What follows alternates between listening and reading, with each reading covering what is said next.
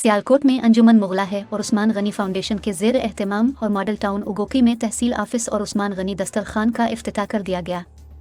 सियालकोट से सैयदा फरहत रिजवी की रिपोर्ट के मुताबिक नायब सदर अंजुमन मुगलाह डॉक्टर मुनव्वर मिर्ज़ा की मेज़बानी में मुनक़दा तकरीब से खिताब करते हुए सदर अंजुमन मुगलाह शहबाज मुगल ने मेहमानों का शुक्रिया अदा किया और मेहमानों को मुल्क भर में मुस्तहक़ीन की बिला तफ़रीक़ इमदाद की फराहमी और मुख्तलिफ अवामी फलाही प्रोजेक्ट्स पर ब्रीफिंग दी।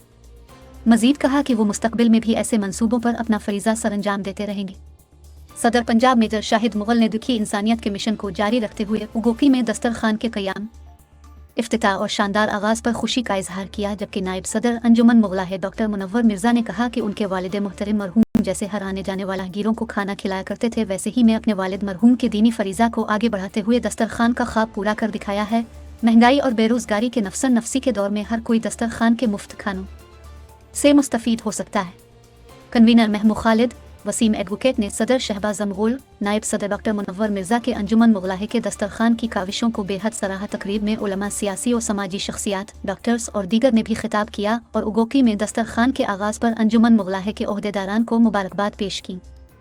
आखिर में शुरकाए तकरीब समेत दीगर अमीर व गरीब की दस्तरखान के लिज़्ज़ खानों से तवाज़ो भी की गई।